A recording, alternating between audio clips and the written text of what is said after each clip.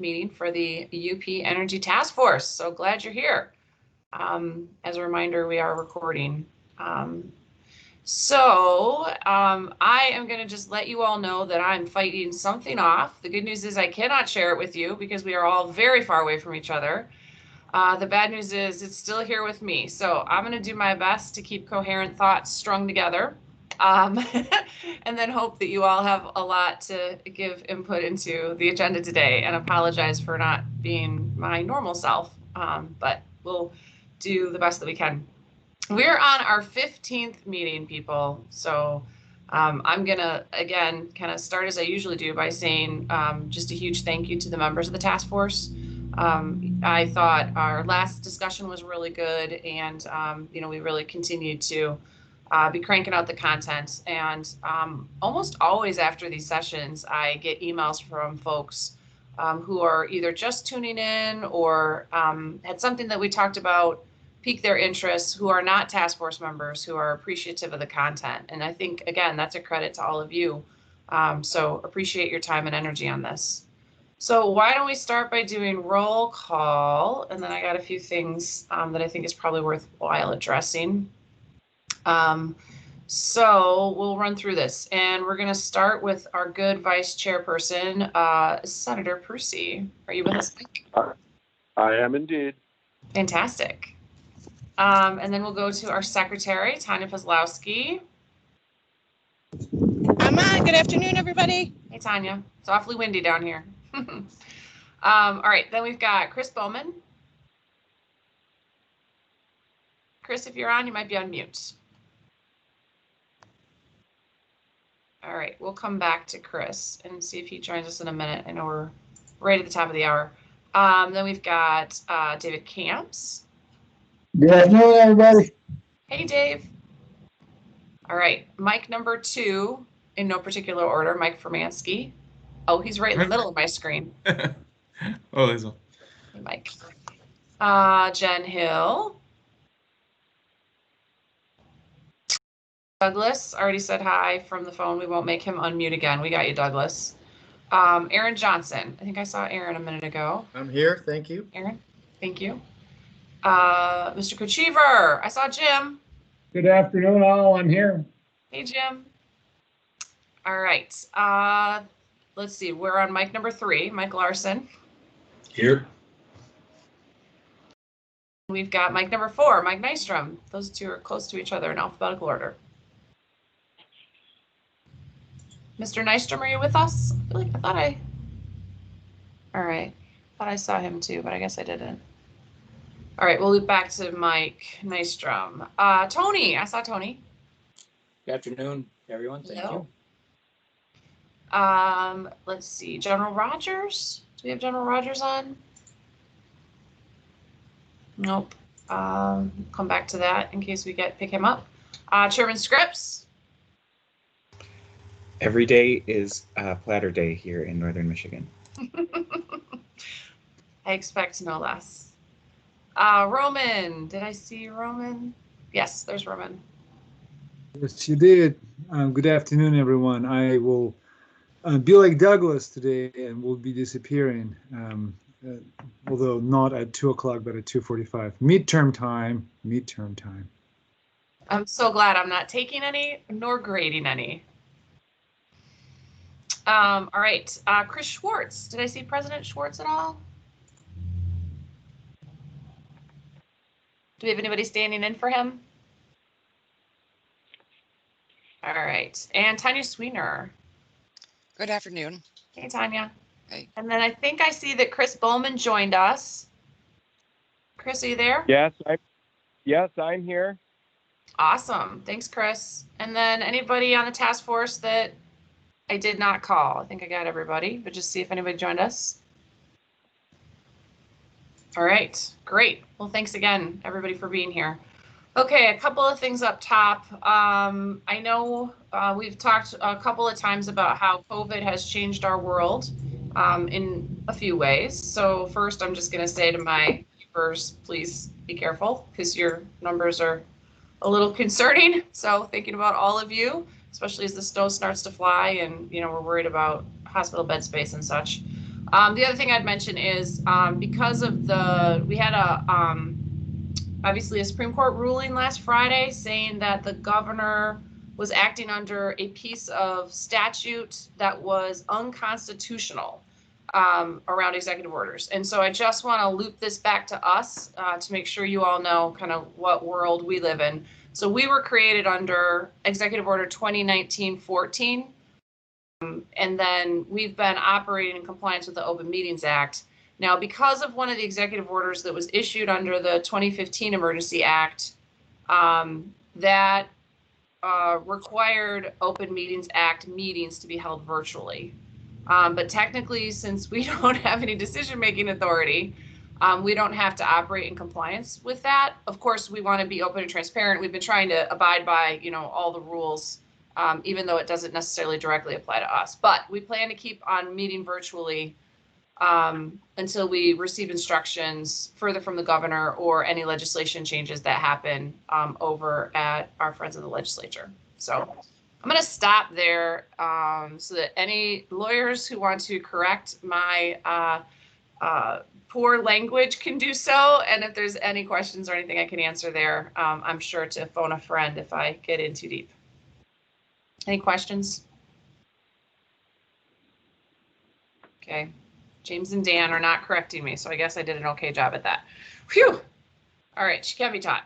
All right, so then next in front of us is our motion, our agenda for today. You received it on the 28th. So just to highlight the agenda before we move it, we got a lot of content on September 14th, and I know there was some desire for additional discussion there.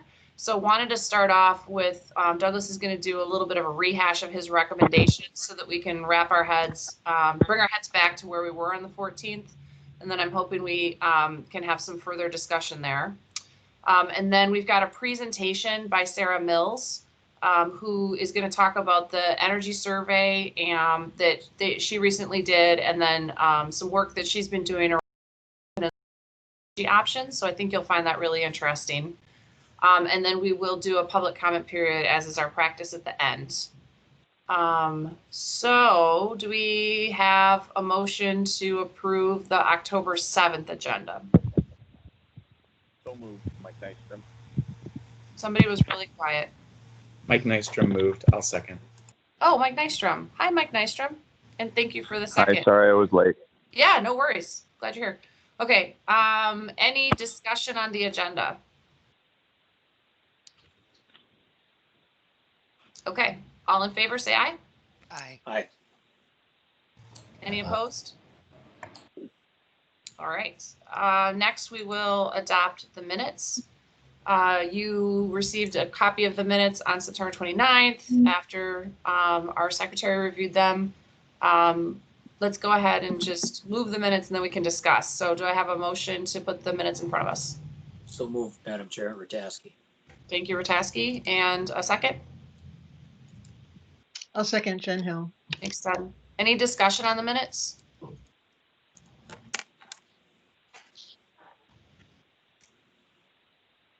Okay, so approval of the minutes. All in favor, say aye. Aye. Aye.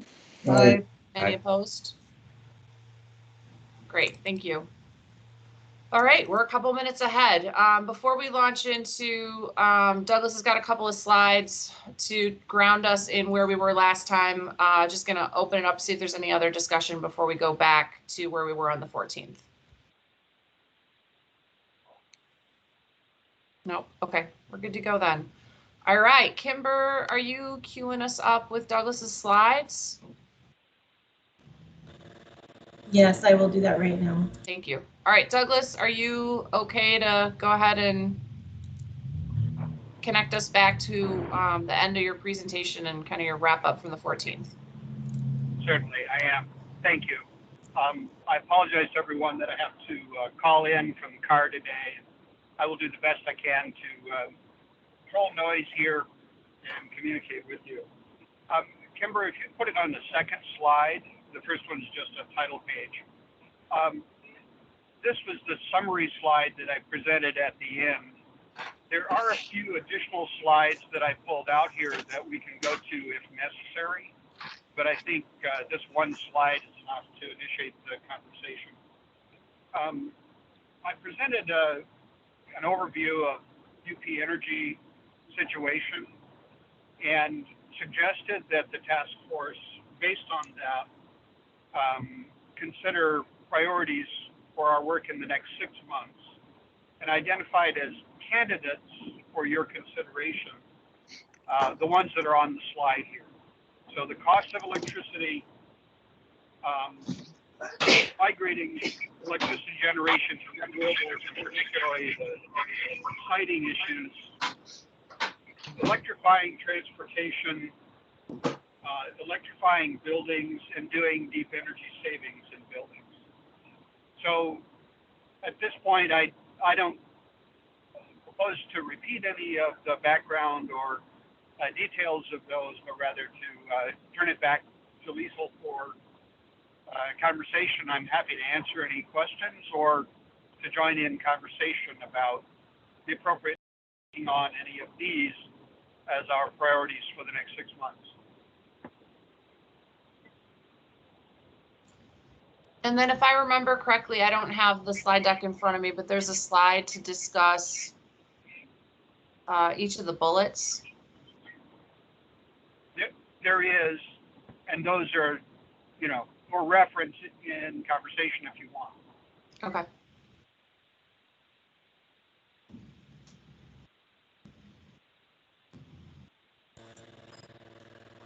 Lisa, I'll did you want start, the if I main may. slide or the? Sorry, one sec, Jen. Yeah, Kimber, if you keep it on, I guess we'll keep it on the main slide for now. Thank you. Okay, Jen, go ahead. Yeah, I think the first bullet is certainly the bullet that's of most concern to most members of the community, is the fact the inequities and great differences in cost of electricity across the peninsula and between industrial, commercial, and residential ratepayers. And I think that's certainly what I hear and have been hearing for several years, as that is a primary concern of residents, and that this task force might be one of the few ways we can have a conversation about that and how we could possibly improve the situation.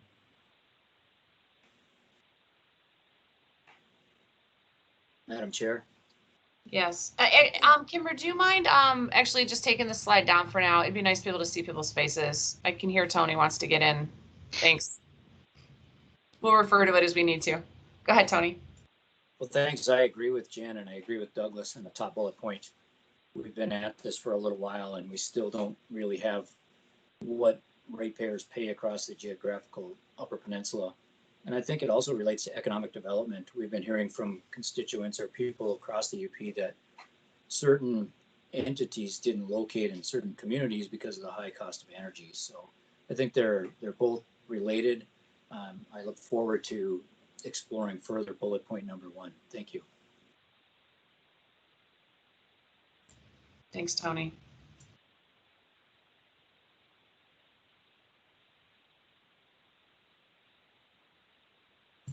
Other thoughts from task force members? I know when I think about cost structure across the UP, I know we've had some discussion doing high level comparisons. I'm thinking of like Kathy Cole's presentation and some of the follow up to that. The trick becomes, comparing apples to oranges in order to turn it into something that allows us to pull recommendations from, if that makes sense. But I agree certainly with Tony and Jen, that does seem to be, the driver of the discussion point, which is, where are those costs at? Why are the costs at that point? And then, to Tony's point, what sort of impacts does that have in those communities? Mike Larson, were you? Yep. I think the bullets, I think these are all important pieces for the task force to consider. And I guess thinking forward based off of even the cost comparison, understanding, what kind of recommendations can we make and what are the mechanisms behind those recommendations that actually gives it an actionable item or authority to act. I mean, if we recommend to utilities that they lower costs, I mean, I don't see that. I don't see that necessarily happening as far as that goes. But you know, what does the task force and what do the members see as those mechanisms to actually make something enforceable or to have an actionable item after that recommendation? So, I mean, is there something that we can task? We recommend the Public Service Commission to do X in like IRP processes. Is there a recommendation saying that the governor needs to act on with her authority to require a study or something along those lines? And what can we do to actually make actionable items? So I think impact is something that I'm interested in. Otherwise, because when we do an energy audit, we always say it's the energy audit is only as good as the action that's taken afterwards. Oftentimes you might put it on a shelf. And so if we can make recommendations that or give it to the appropriate authority, that's able to make something happen, I think that's something we should be thinking about when generating these.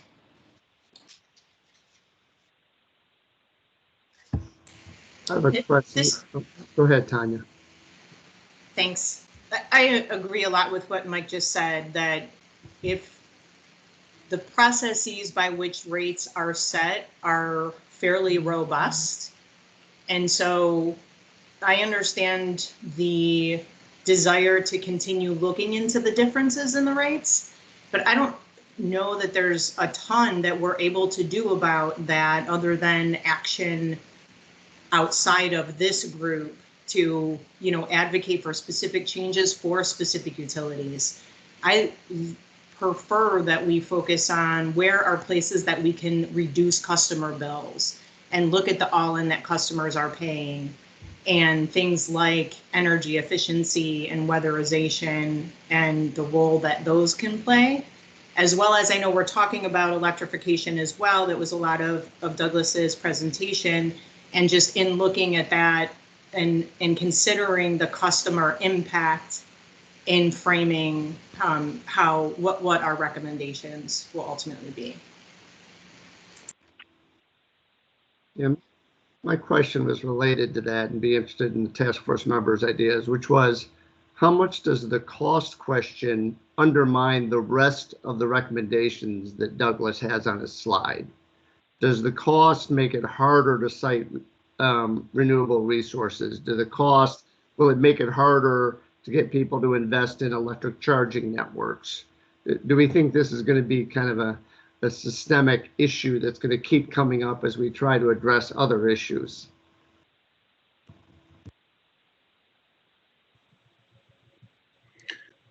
Hello, this is Dave Camps.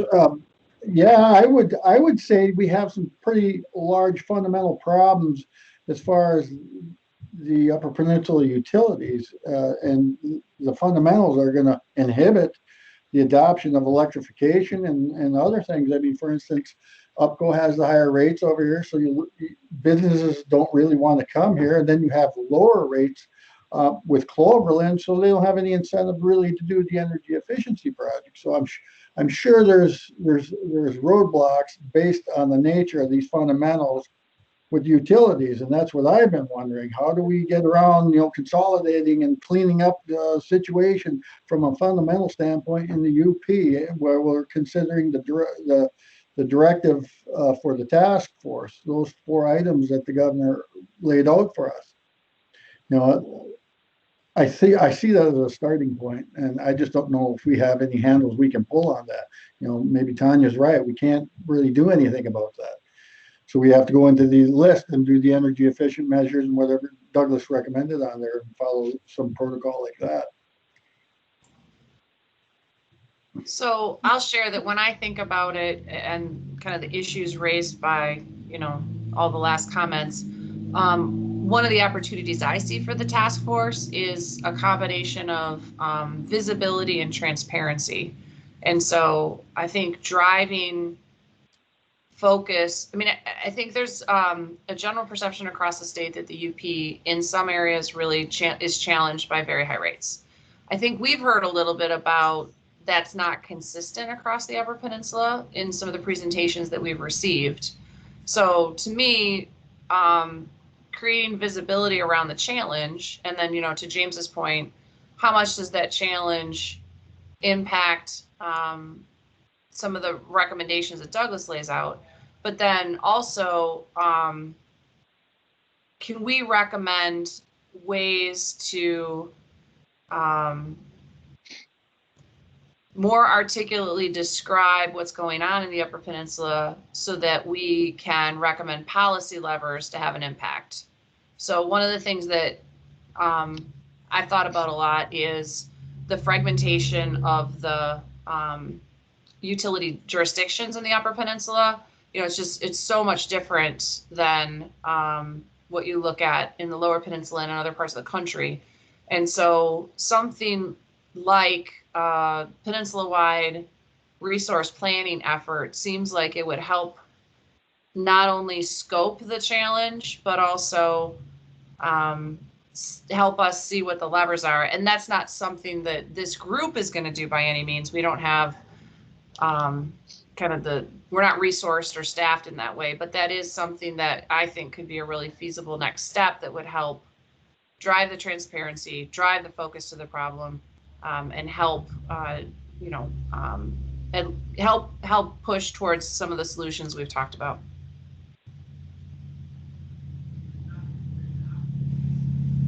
I think that's right. I also think even within individual utilities, it's not as simple as the sort of general sense that rates are highest. So in UPCO, for example, residential rates are higher, although they've ticked down in recent years, but industrial rates are very competitive. And so as we begin to think about what this means for vehicle electrification, to James's sort of big question, how it impacts everything else, it may make it less attractive at the residential level, but potentially a charging installation that looks more like an industrial facility, for example, high-speed charging along some of the freeways that could aid in tourism, may actually not have as many price-based barriers to it as one might think, just from a general sense. So I think getting to that level of granularity between rate classes and between utilities may also help in identifying sort of where are the opportunities.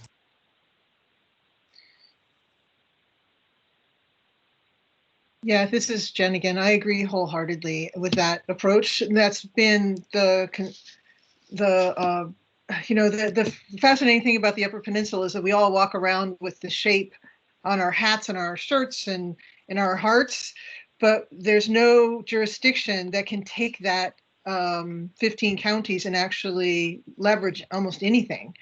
And so to have a system that takes all 15 counties, have a way to take all 15 counties and bring it all together and bring that out is going to be essential for us to do that. And that's going to take some significant resources and some support. And I think this group could help, in making a strong call for that. We could begin to be able to leverage those resources. This is Michael. When you kind of frame it with that look, with transparency and openness and understanding, and then potentially, being able to make that recommendation to some sort of legislative action, to be considered like the UP in some sort of planning process on energy or whatever that might be. I think that's where it makes sense. And so that's where I was really trying to figure out, what would that end result potentially look like? And if you kind of frame it like you're suggesting, I think that makes sense, to me. And I'm certainly open to pursuing more knowledge and transparency on those parts. Dave Camps here. I don't know if anybody's or everybody's read the 2020-10 directive from the governor, but it's rather aggressive, and it's going to change everything, and it looks like it's leading towards electrification for the state. So I'm wondering if we can tie into that. If we start using it, she wants 25% by 2028 or 28 by 25, and then completely by 2050. Those are pretty aggressive goals. That has implications for the UP. So these fundamentals that I think we have to make recommendations on, but I don't know. What do we say? We got to reduce the number of utilities and the cost differentials that are here. Do we have to do with those? And then on her 2010 directive, 2020-10 directive, she mentions the MPSC and the IRP process in there, that they may have some abilities in there to pull handles on cost in creating costs or defining costs that they can do for each utility. So I was wondering that maybe we should have a presentation, maybe from Dan or the MPSC, that talks about that IRP review process. What are these handles that we might have that we can suggest? I don't know, maybe that's the way to go, but I don't see us getting anywhere strong without at least knowing the fundamentals on this. It's hard to make recommendations when you don't understand what your foundation that you're standing on, That's all I got. Thank you. Just to follow up on Dave, I was going to ask this question to Liesl and Dan potentially. Is how does the governor's executive order as far as energy and climate, how do you think that changes what the thought processes that we are having as this committee? Let's see who gets off mute first. Okay. So I would say, I don't know that it largely does change what we're talking about here. I think what we're talking about here is so important and really, in my mind, grounding for the work that was announced in the economy-wide carbon neutrality goal. Just, I guess, a little bit of step back for folks to make sure we're all really on the same page. The governor announced this goal a week or so ago. In the announcement, it also emphasized the work that's happening across state governments to continue moving things forward from a state government perspective. DNR's got a bunch of initiatives from, taking fish hatcheries to 100% renewable to carbon sequestration and a variety of other things. DTMB is working on fleet electrification, working on facility-wide improvements around energy use. Treasury has a program that they're working to help communities that are transitioning because of energy changes. So think about some of the coal plants that have been shut recently. Think about, Palisades being shut down soon. So how do we think about those communities as they're transitioning? And then, the flip side to that one, that's a really important one, is what are the opportunities for communities as we're seeing more renewable deployment? And we'll talk more about that here as a group as well. And that's come up already, around siting opportunities and what is that economic development for those communities. And then the other piece, one of the other pieces that came from Eagle was our Catalyst Communities effort to promote the work that is already happening across the state. Marquette obviously comes immediately to mind. You may have seen it prominently featured in any of my quotes or any of the press releases that I touched. But then also to allow the communities that are interested in doing stuff but don't see themselves reflected in a Grand Rapids, Ann Arbor, Detroit, but see themselves reflected in Marquette, Northport, other communities. The idea is to elevate the work that's already ongoing and then create the ability for other communities to take steps. So that's the work kind of broadly. Now, the next step is we are interested in receiving applications through the governor's appointments office until November 1st for individuals who want to serve on a council for climate solutions that would act as a sounding board against a climate plan. Now, that will not be the only shot at giving comment on that by any means, but that's one opportunity to give input. So that's kind of the broad structure. And then, I'll let Dan add some more to it because he's been thinking a lot about this too. Thanks, Liesl. So just a couple other things sort of to Dave's comment. We are in the process of reviewing our planning parameters and the modeling assumptions that go into the IRPs. And following the governor's announcement, I also directed our staff to, in partnership and working with stakeholders, to develop ways that we can include those, including for the 3 IRPs that will be filed in 2021 before our planning parameters and filing requirements are updated formally in 2022, and that includes UMERC in the UP. And so I think there's an opportunity to look at that in terms of whether it's within the existing scenarios that need to be accounted for, or if there are tweaks to that to sort of at least include consideration of the goals that the governor's laid out, which I would also note are pretty consistent with the goals that a number of the utilities have articulated. So We Energies is the parent of UMERC and has a carbon reduction goal that's in line with what the governor announced. So those are some of the things that are going on.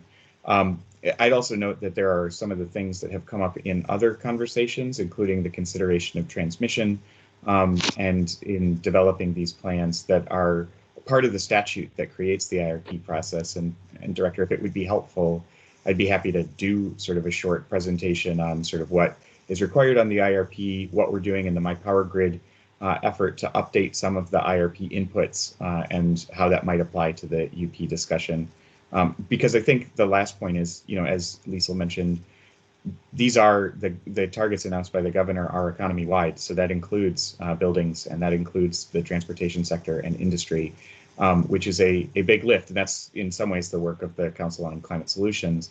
But I think as we're thinking about what it means for utility planning, if ultimately there is going to be load growth as a result of broader electrification, how do you plan for that? And how do you stage that so that you're not taking on significant risk of your projections being wrong and building out to a scenario that doesn't come to pass, and having ratepayers ultimately be responsible for that, but also not allowing the infrastructure to be the bottleneck if that's the direction that we're going. So there's a number of variables in all of this, but would be happy to sort of either me or staff dive deeper into that.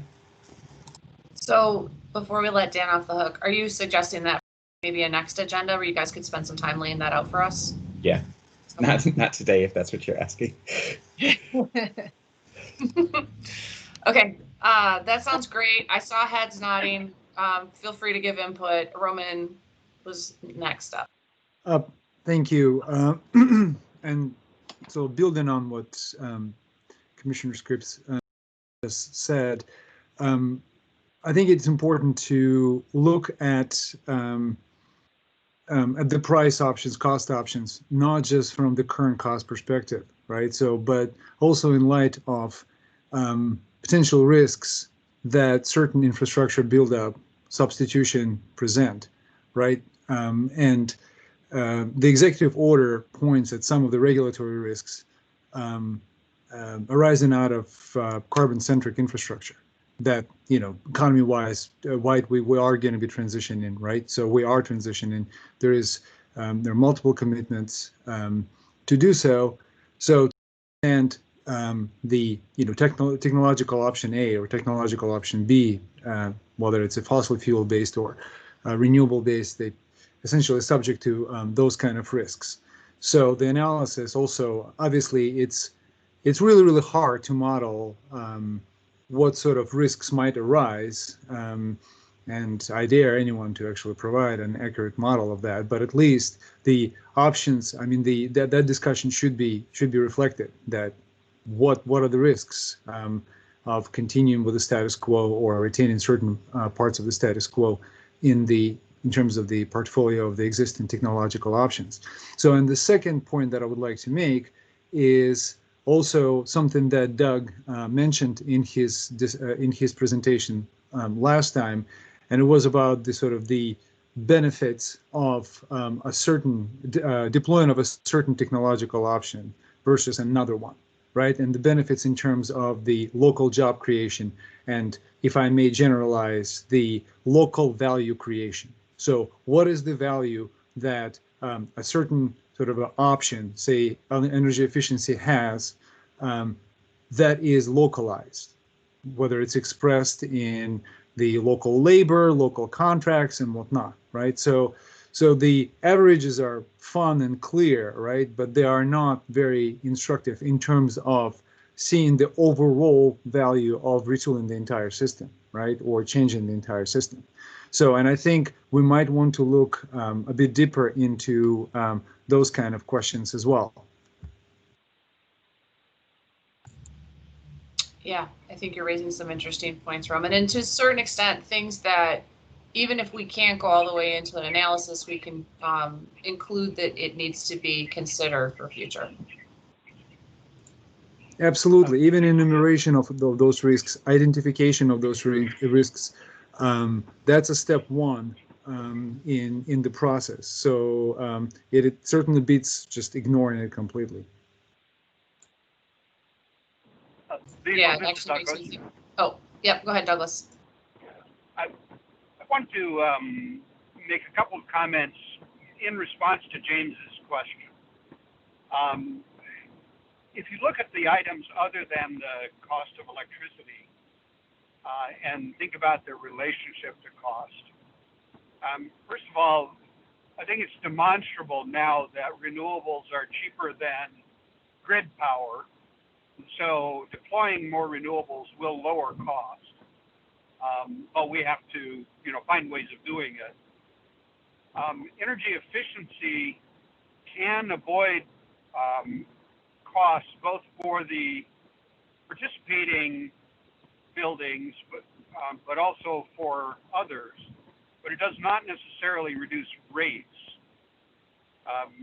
And then finally, electrification can be hard in the context of high cost, but presents the opportunity that through significantly increased electricity sales, you dilute fixed costs and lower rates. Very slow going process to do so, but the opportunity just with vehicle electrification and propane electrification, we might see something on the order of a 20 or 25% dilution of rates in the UP if those were done 100%. So the problem with both of those and really finding the path by which it's feasible for customers to electrify when the rates now are high. So things to think about. Yeah, that's helpful.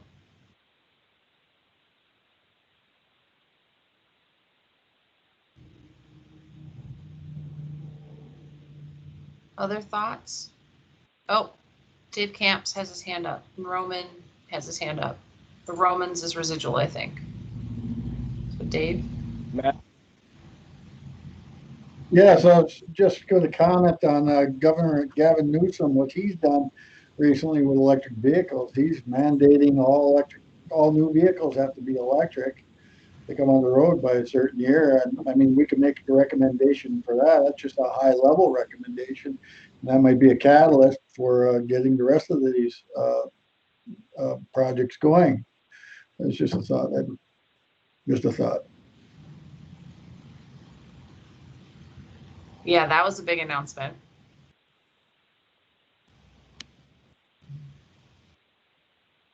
Jen.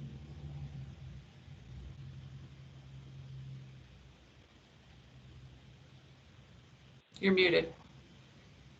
Right there. Okay, sorry, I take it off. Combining those two ideas and bringing the more transparency to the costs, doing a study and analysis that shows that electric vehicles are viable in the Upper Peninsula, because every time I bring that issue up, yesterday this came up in a conversation I was having. So help providing us with that information of yes, they could, they really will work up here in the with the cold, giving us hard data on that, and then transparency around the capital costs. I mean, the information that was presented in the last meeting gave us an aggregate based on just BTUs and as a measure of the fact that here's the amount of money that it would take, and here, how do we find that money? There's a financing question that often this gets put into the physics question, but there's the financing question. And where might those resources be, and how could we bring that into the conversation that we could call specifically for that analysis?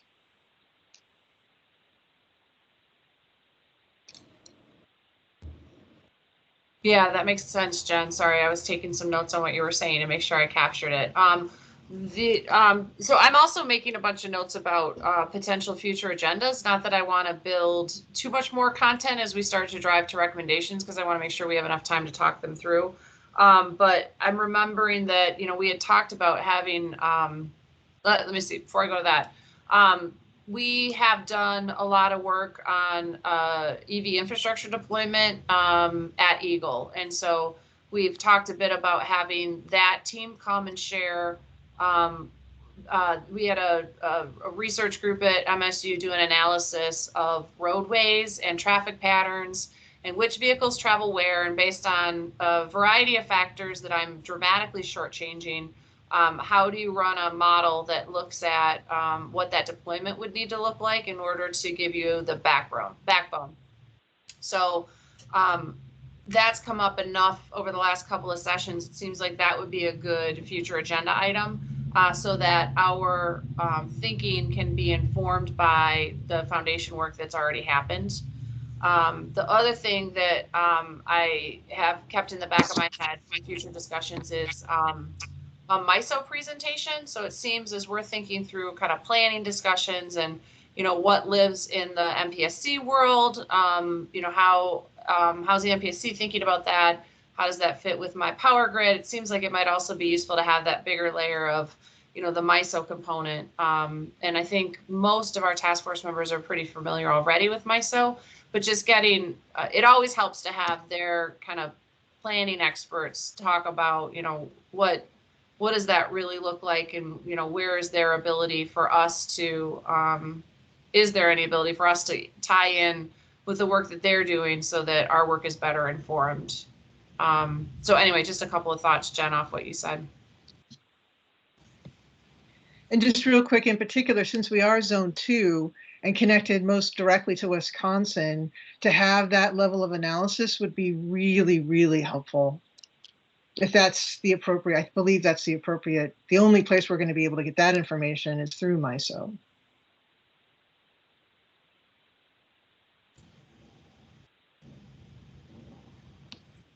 Other thoughts?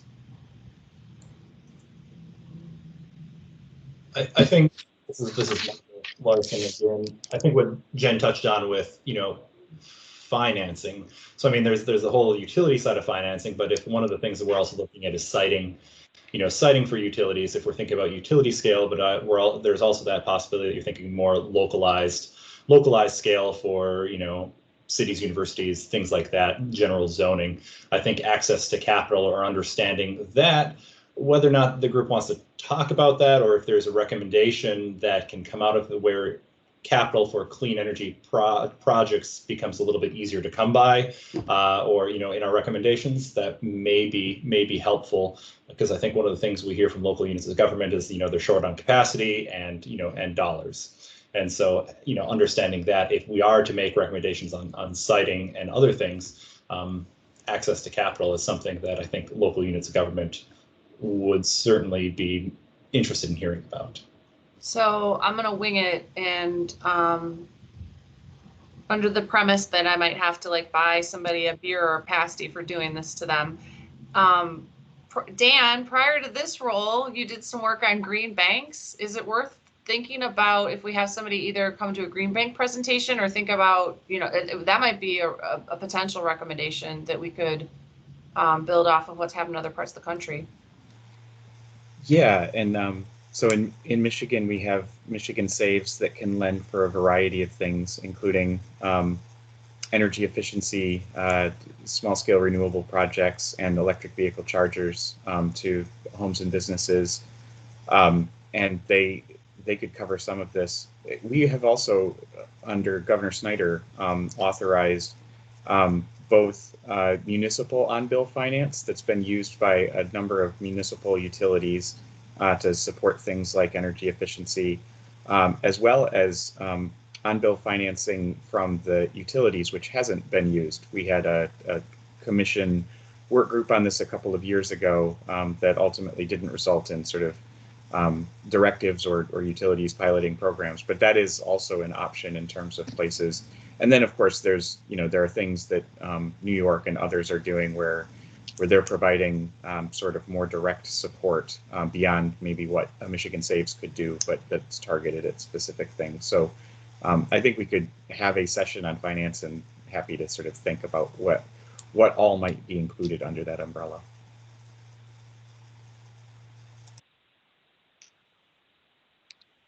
And I'll take the beer and pasty anytime. Yeah, I think that would be helpful.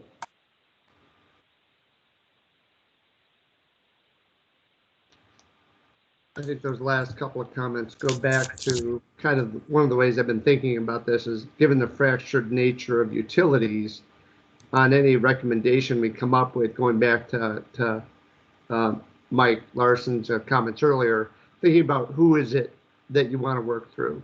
So when you get into financing, is it easier to work something through communities than it is to work it through utilities? Working through a green bank instead of working through the utilities. So it's really a focus on is the who you work a recommendation through, who would actually take the action, I think is a really good thing to come back to once we get our list of recommendations more finalized.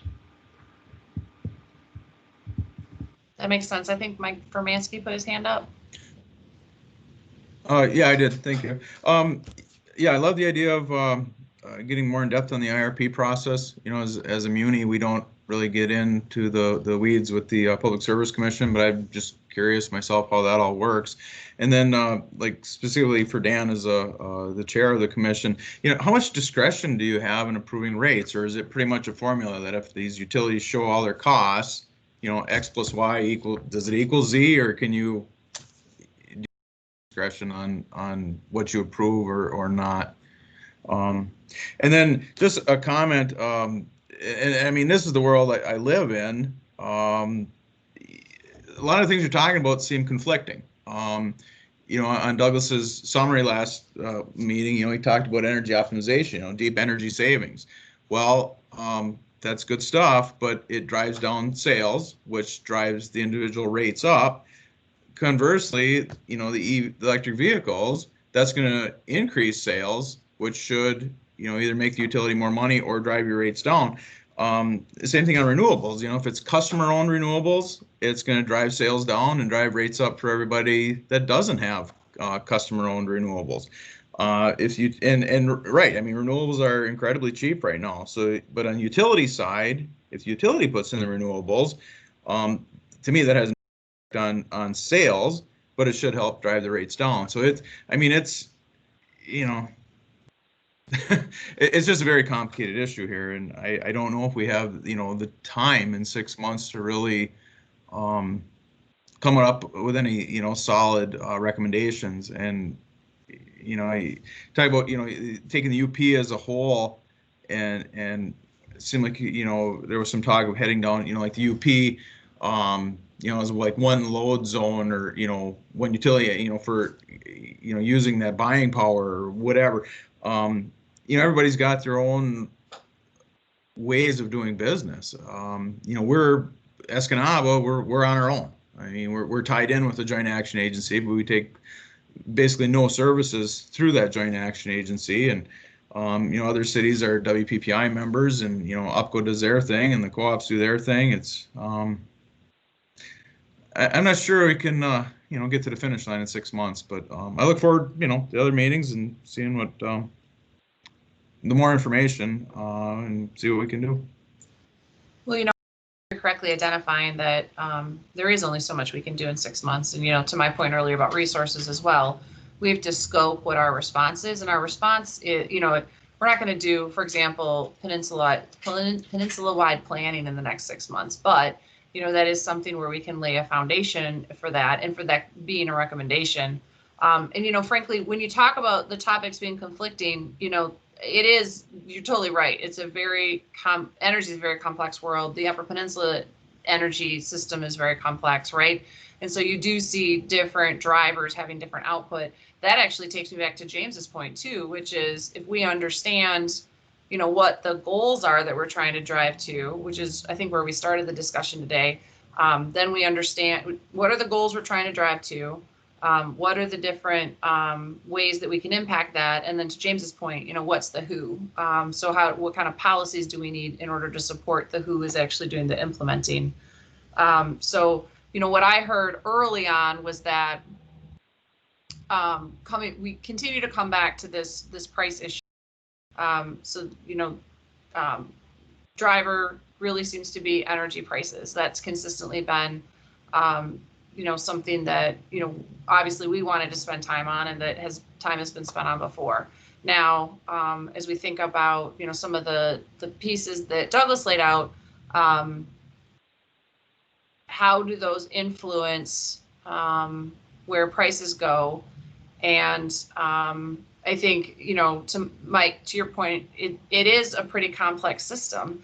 And so we're trying to do all of this with the understanding that there are also outside impacts on that complex system.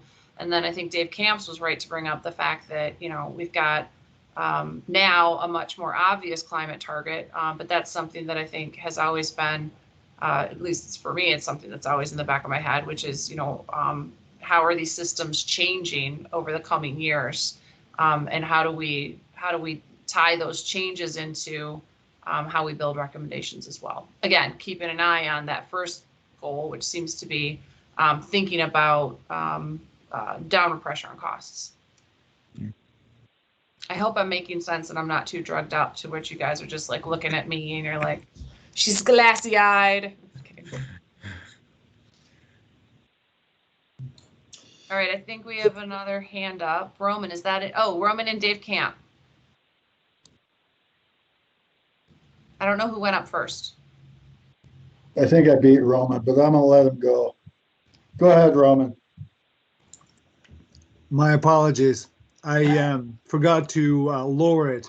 Oh, residual hand up. Okay. Consider it as a round of applause to our director. You're very kind, Dave. Okay, well, yes, as far as goals for us, maybe it's reasonable to try and determine roadblocks to the 2020-10 directive. I mean, it looks like we're going to electrification, and that's a huge topic. I mean, there's, you know, so many price disparities, but if it increases the load, maybe we would have some leverage with the utilities to join us in this. It will increase your load, but you got to work with us on pricing, as far as the price differentials up here. But things like that would, and RPS, you know, do we need a higher RPS? I mean, UPCO is going to shut down here. They were shut down here for momentarily, but now they've come back on till January, I believe it is. And then fuel switching is another recommendation that would be a roadblock to electrifying. There's electrifying the UP and the IRP process. We don't understand that very well. I mean, maybe there's things that can be done on that. But I would, that 2010 or that 2020-10 directive has a sense of urgency that was pretty impressive, I must say.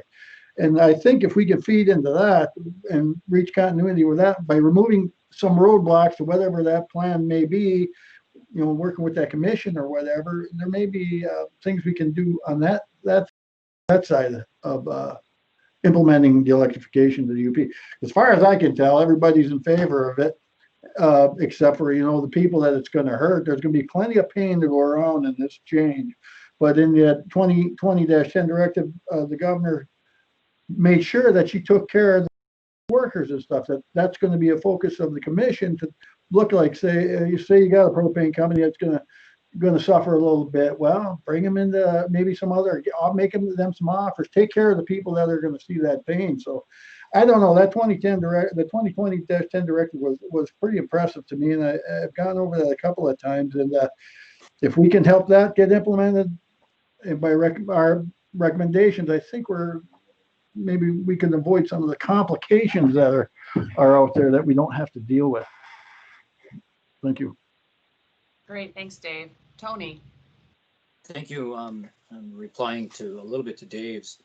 Some of the roadblocks are one, opposition to mining. We have to have mining for the electrification of vehicles. They have batteries in them. And the other roadblocks we're seeing right now in the UP are opposition to solar farms or large scale solar farms and wind energy.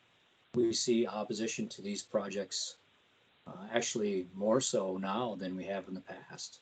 So those are some roadblocks that we have to think about if we're going to renewables or try to go to renewables. We're seeing it in 2 different locations right now in the UP, 3 different locations actually. And I think there's more to come as people propose projects. So we have to look at those.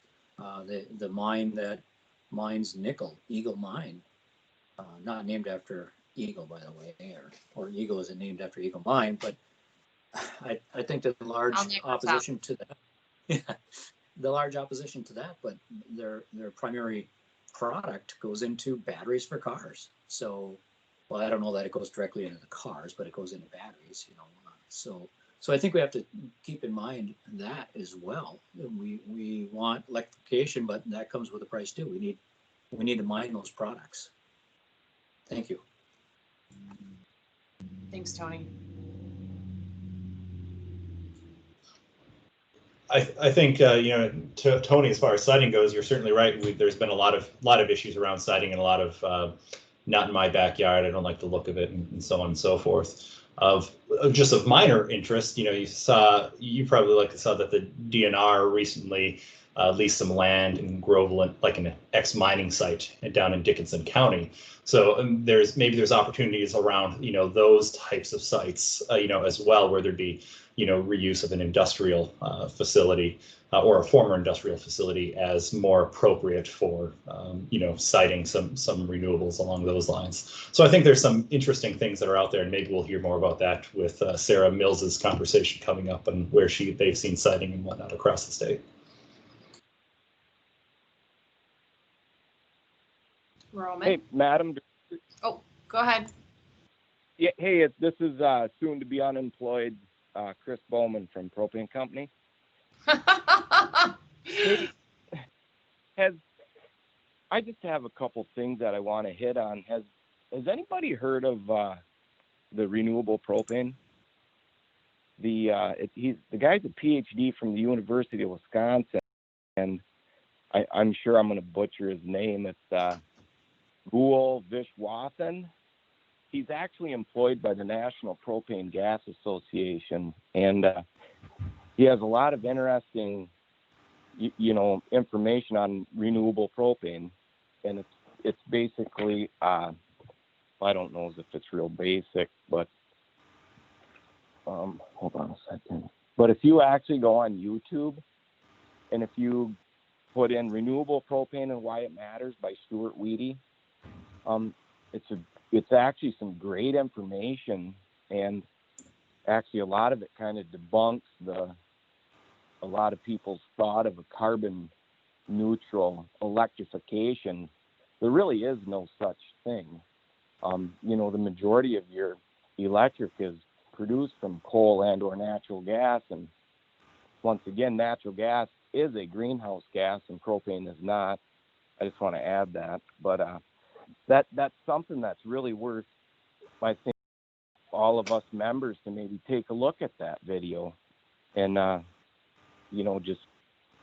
it's very interesting. But so the other thing I have to add is, so in April this year, our task force had submitted 14 recommendations to the governor on propane, including recommendation number 10, which was the legislature should engage Michigan Propane Gas Association about the potential levying of small surcharge on propane fuel to target energy waste reduction weatherization programs focused on propane users.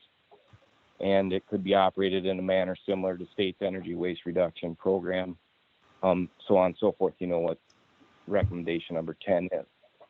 So our Michigan Propane Gas Association, with Senator Ed McBroom, who represents the majority of the Upper Peninsula introduced legislation to create a checkoff program for propane in Michigan. It's similar to commodities like dairy, corn, potatoes, apples, beef, soybeans, etc. And in our industry envision this checkoff program to be used to provide rebates for energy efficiency programs, such as appliances, more efficient water heaters, so on and so forth, for propane customers. And it would be funded by soon-to-be unemployed propane marketers such as myself. And last week, I'm sure you're aware, but the legislation had its first hearing with Eagle, and you guys deposed this legislation. And it kind of seemed that, you know, we were doing what was recommended and that it was well aligned, you know, with the task force. And I just want to know, you know, why are we have this task force if we're going to go out and oppose legislation matching the recommendations we make? And that's one question. And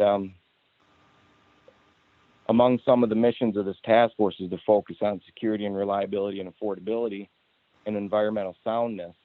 And as an affordable, reliable, clean American energy source, and proud fact that Michigan's propane industry matches each of those mission goals, yet it seems like it kind of seems like we're getting thrown under the bus and not being talked about much. And I don't really understand why you think we should solely rely on electricity, you know, basically because it's not carbon neutral. And we're supposed to be electric by 2050, so what's the UP going to do for the next 30 years?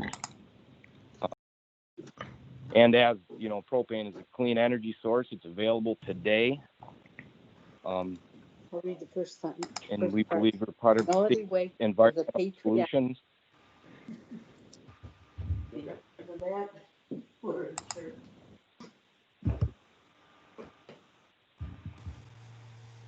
Chris, this is Dan. I think I muted you accidentally in trying to mute somebody else for background noise. So apologies to you. If you can unmute yourself, that was not my intent.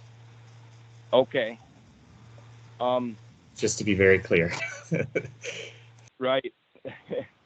But anyway, I think maybe you get the gist of what I'm getting at here, you know. So our association went forth with a recommendation. We were shot down. It kind of feels like you're just throwing propane out of the mix, you know, when we're affordable, we're reliable.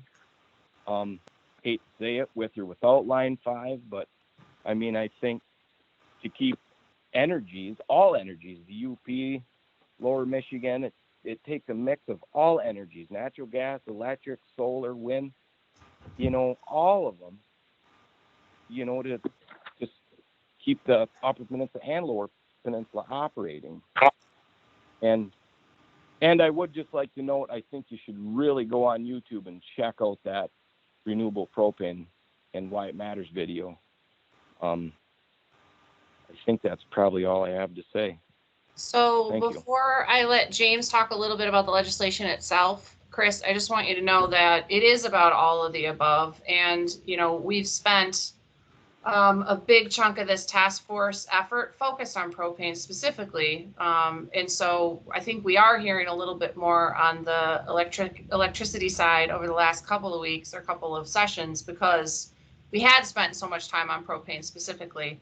And I will say that, you know, from my perspective, the concern wasn't that there were recommendations moving forward. That's a great thing. The concern was getting to the detail of it. You know, we weren't very involved in that. So that was challenging. But James, I know you were more involved in it than I was for sure. Yeah, really quickly, kind of on both points. So, Chris, it was kind of just a train moving too quickly, I think, was the only problem there. Bill was introduced one week, you know, hearing the next week. We totally agree with what the association says is their goal. Our concern is that's not necessarily what the legislation said. So I think we're going to be able to resolve this one. I think we're going to be able to tailor legislation to do what the association wants to do. It's just going to take a couple of conversations. So we've got an internal one already set up for this week, make sure we're all on the same page internally. And then we hope to meet with the association after that and make sure that we can kind of come around language that we all agree kind of moves that forward. On your first point, we were approached, Eagle was approached by some of the utility folks who want to have the state conduct a study on renewable gas and run legislation next year that would have the state kind of commission a study. That's been run in a couple of other states and some studies have been done around the country. We are open to that idea. So I think both those are kind of moving forward and look forward to working with you on those. Sounds good.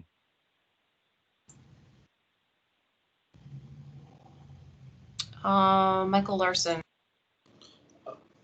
I was hoping, because I see we're starting to slip towards our time for our next piece. Could we look at that list one more time? Because I think we've covered like 2 of the 5 items, and if I can just look at the others real quick before we yeah. Shout out, because it is Energy Efficiency Day. There's a couple of them on the list for that. Man, I forgot to say that up front. Oh my goodness, I'm just slacking. Kimber, do you mind putting the slide back up for us? No, I'll do that just right now. Thanks. I know it takes a second.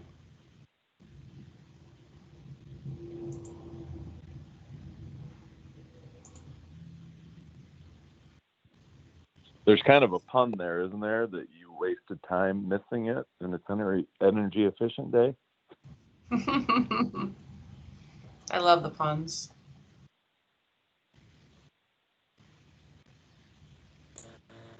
The slide should be up. Can you see it? It looks good. So I'm just going to read it because I know we've got folks on the phone. So the first one was cost structure of UP electric utilities. Second was renewable energy siting. Third was transportation electrification. Then building electrification, and then deep energy savings on buildings. And, back to Mike Formansky's point too, that understanding that these impacts these topics can influence energy markets in conflicting ways.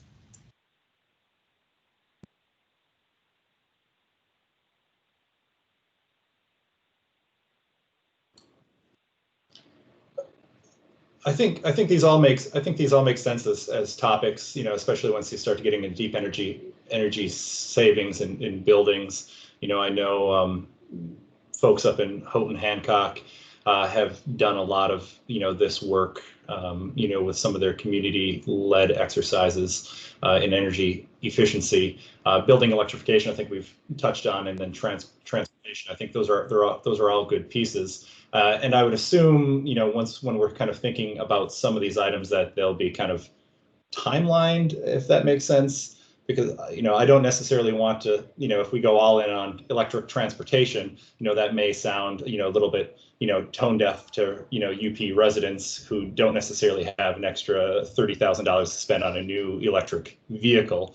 But, maybe that's more in the context of, cities and electric fleets of municipal governments or state governments and things like that go on there. So I think there's some of these things that certainly have an additional cost aspect that, to the general population could seem a little bit tone deaf when we're talking about high prices, and then also suggesting that, we move to a fully fully EV, market. But if we have that in a timeline, like a 2025, 2030, 2035, I think those are the items and how we would have to frame some of those discussions. But I agree with the list.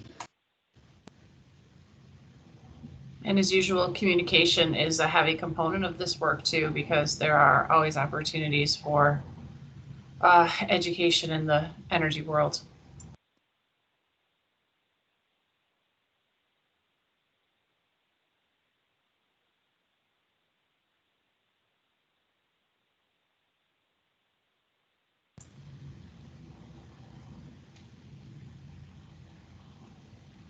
Other discussion points? So to that point, I think the education can include them in relation to each other and not just singly. I think that, as Mike Formansky said, you know, there are trade-offs, and so you get that. Let's not just settle on this is what each topic is, but how each topic can influence each other is where some of the interesting opportunities are in terms of the electric transportation being that possibility of reducing rates because of the increase in demand, and the great job opportunities in the building electrification. So I think we want to make sure that as we go forward, we are putting them in relation to each other and not just speaking singly to each one.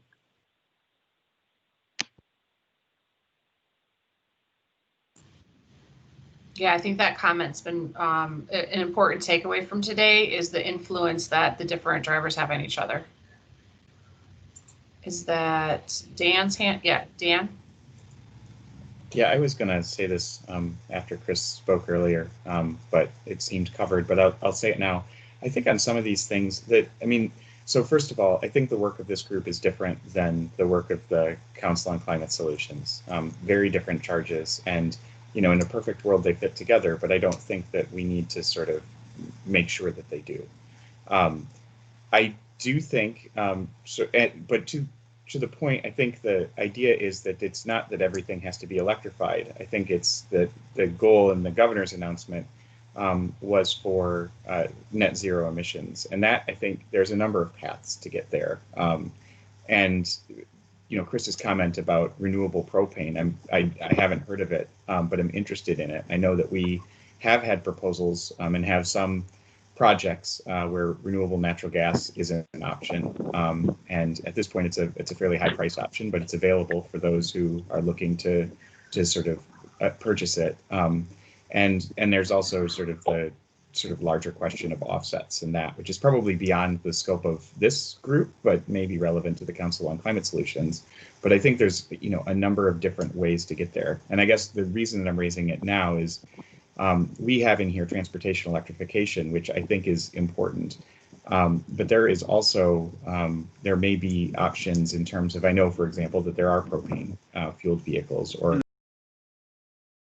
they may or may not offer options beyond the traditional and current, you know, the usual gasoline fired vehicles. But as we're thinking about how to meet the UP's energy needs, that I don't know that we necessarily need to lock into any one thing, but simply look at sort of alternatives and whether they have advantages that outweigh any sort of potential disadvantages, whether their costs are in line, et cetera.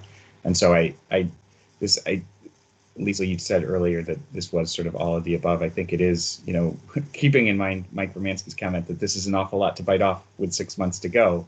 But I don't know that we're necessarily locked into any sort of one technology or direction, or that our mission is the same as the Council on Climate Solutions. That makes a lot of sense. Thanks, Dan. I also want to be clear that as we're talking about, you know, putting a variety of things on the table right now, I'm not hearing that, you know, this is all going to be encompassed in our recommendations, nor, I mean, I'm certainly not committing. We don't have the scale and resources to say that we're going to, you know, model all of this and build different scenarios. And like, that's not in our scope. So I think what is in our scope is making recommendations about what we think would be helpful to kind of what are our primary goals. So, you know, affordability, et cetera, for the UP wide generation. So just want to be clear about that too.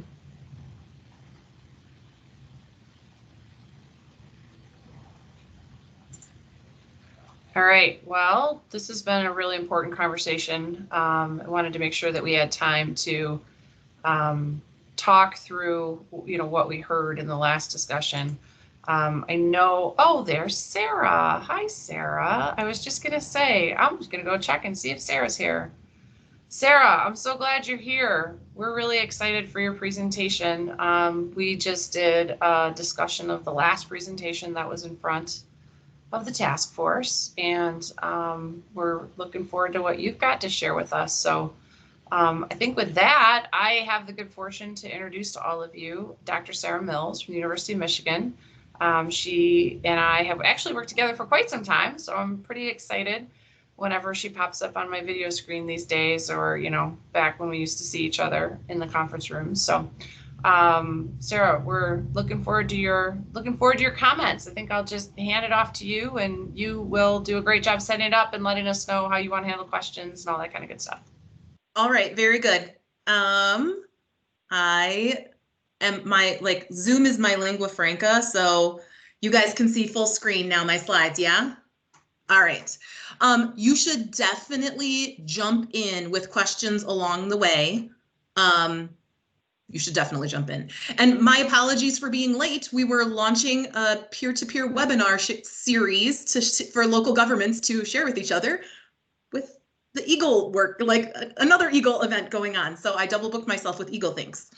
But I did catch a couple minutes of your conversation, and I think this should play in nicely to that. So what I thought I would do is provide you UP specific data from the energy survey that we conducted, and kind of what recommendations we see, or kind of what takeaways there were in terms of working with local governments. A lot of this is on planning and zoning. So to kind of lay the groundwork for that, though, it's helpful to know like where all of this comes from, which is acknowledging a grant, that this is all funded by a grant from Eagle that we received about 18 months ago. And the overall purpose of that grant was to provide technical assistance specifically to local governments on a range of planning, zoning, policy making for clean energy. It's kind of a broad remit, and in part that was intentional so that we could see, one of the first activities is see what they need and then be responsive to that. I just, my life generally, but my approach to all of this is not to recreate the wheel, that there's a lot of good things going on, and just elevate it and celebrate it rather than create something new. So that's kind of where we started. We also tried to start with a manageable scope. And for some of you who know some of my other work, my work has largely been in utility scale renewables, planning and zoning for them. And so that's what we did in kind of year one in the grant. And based on some other work, now we're, branching out from there. But also really important to me is utilizing the network of people that are active in this space. So I just pulled up the logos of the folks that are on the advisory group for this, that we formed as part of the grant. And they help provide feedback for the stuff that we're doing, but also serve as a conduit back out to the communities. So I'm not actually I will touch in part on each of these activities, but I'm really going to be focusing on the survey of local governments because I think that grounds it. But just know that, and I included this in the slides because there's a lot going on as part of this. And I couldn't possibly cover it all in, 45 minutes. So most of what I'll talk about is this survey. The goal of this survey, we call it the MILES, the Michigan Local Energy Survey, is to better understand local officials' perceptions of the cost, benefits, and likelihood of engaging in future energy management activities, to inform Eagle's programmatic work, and also to inform the work of grantees like me and other stakeholders, honestly, throughout the state. You'll see on the next slide, the information is publicly available. And so anybody who's interested in kind of how local officials are thinking about clean energy, is free to access, the survey findings. This survey went out to every local unit of government. We have 1,856 collectively between cities, counties, townships, and villages across the state. So the survey got sent to the city mayor and manager or clerk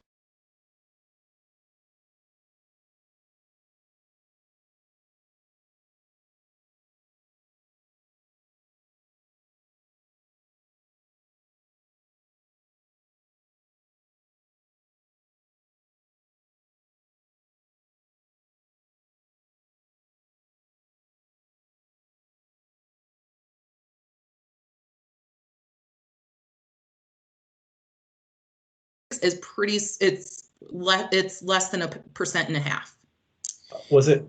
Was it one response per jurisdiction, or did you get some where you had mayor and manager responding? Good question. Most of the time, we only have one response per jurisdiction, in part because once somebody from the jurisdiction responds, we stop bugging the other person. We were out in the field for 8 weeks, and every Monday, jurisdictions who hadn't yet responded, we sent